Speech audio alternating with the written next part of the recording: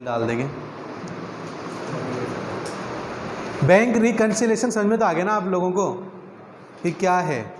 इंसान है तो गलती तो होगी सही बेटा, तो उसको रेक्टिफाई करना, ठीक है ना, वो बैंक रिकंसिलेशन का प्रोसेस है, ठीक है। और क्या नाम से अपन आज एक क्वेश्चन स्टार्ट करने जा रहे हैं बेटा। यहाँ पर फॉर्मेट मैंने आपको बताया हुआ है, फॉर्मेट किस तरीके से बनाया जाता है इसका।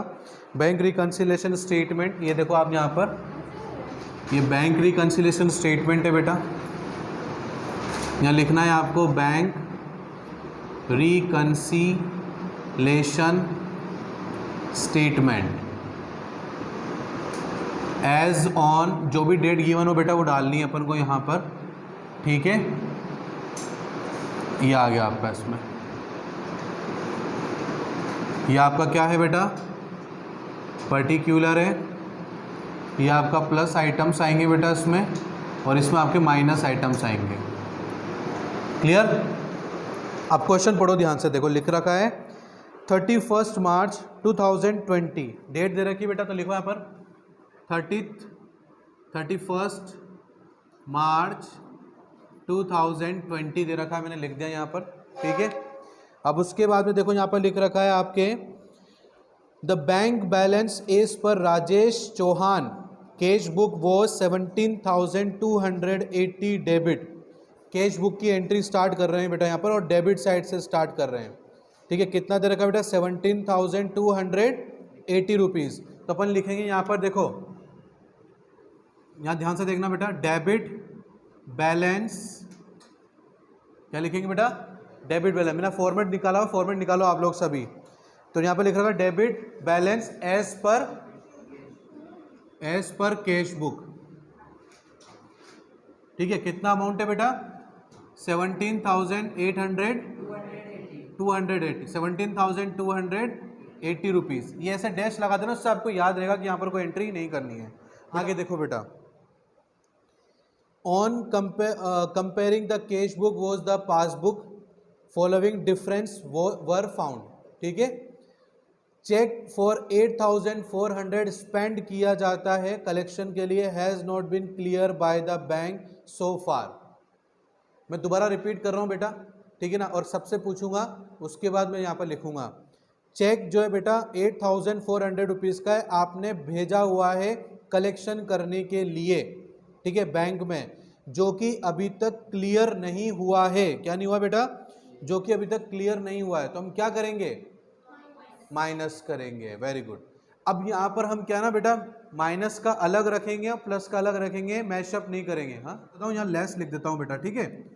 लेस लिखकर जो बुक में लिख रखा है ना वैसा लिखेंगे। क्या लिखा हुआ है, यहाँ लिखा हुआ है cheque send for collection but not yet clear, ये लिखेंगे अपन, cheque send for collection but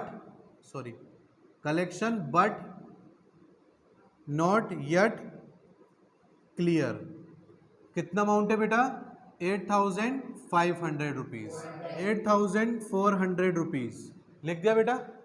अब उसके बाद दोबारा पढ़ते हैं अपन, चेक इशू हुआ है but not yet presented for payment.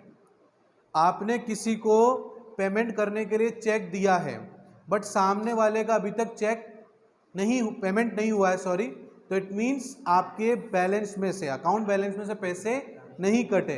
तो नहीं कटेंगे तो हम कहाँ मानेंगे बेटा, प्लस में मानेंगे। कितना मानेंगे बेटा, 5,000। अब यहाँ पर देखो बेटा, एड का कॉलम बना दिया, cheque issued but not presented for payment yet. कितना अमाउंट है बेटा, 5,600, सही है बेटा। आगे देखो, there is a debit of 80 rupees in the passbook for bank charge but not recorded in the cash book. क्या करूं, पासबुक के अंदर तो शो हो रहा है डेबिट बैलेंस, डेबिट बैलेंस मतलब 80 रुपये आपके खाते में से एज अ बैंक चार्ज काटे गए हैं, बट उसको अभी कैश बुक में एंट्री नहीं किया गया है। क्या करूं बताओ, माइनस पक्का, ऑब्वियसली पक्का माइनस ही होगा बेटा। तो यहाँ लिखेंगे बेटा अपन, बुक में से देख के लिखना है, बुक में से देख के लिखना है यहाँ पर, कि यहाँ पर लिख रखा है बेटा bank charges recorded in the passbook but not in the cash book. Bank charges show in the passbook but not recorded in the cash book.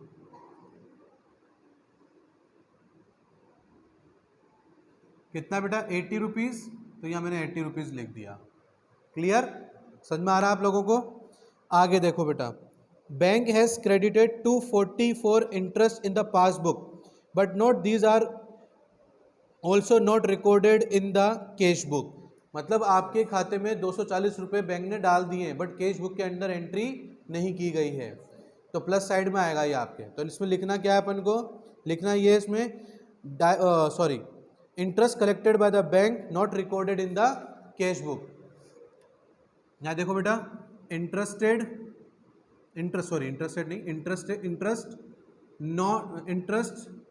Collected by bank but not recorded in cash book. ठीक है बेटा, 240 rupees. समझ में आ रहा है अभी तक सबको? सिंपल ही है। आगे देखो बेटा, एक कस्टमर ने डिपॉजिट कराए 2000 rupees directly in the bank but these were recorded only in passbook. तो अपन क्या करेंगे बेटा, पासबुक में एंट्री होगी, मतलब पैसे आ गए अपने पास में कितने, 2000 रुपीज़। यहाँ लिखेंगे डायरेक्टली कस्टमर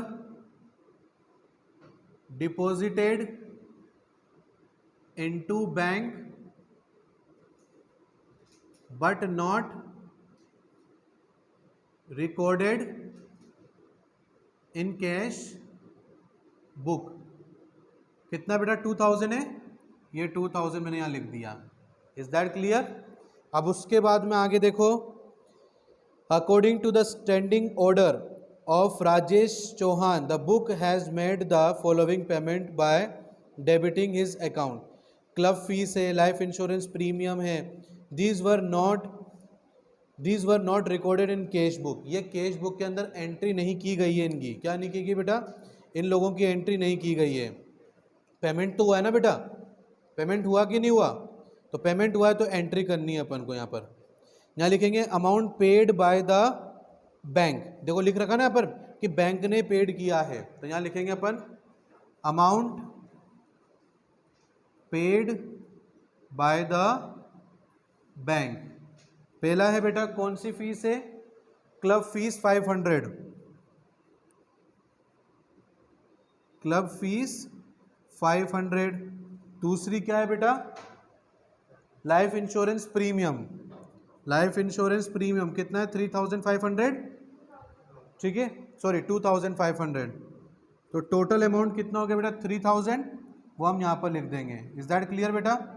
इसके अलावा कुछ भी नहीं है। हम दोनों तरफ का टोटल करेंगे बेटा। पहले हम 11,480 रुपीज़, 25,120 ये आपका आया बेटा।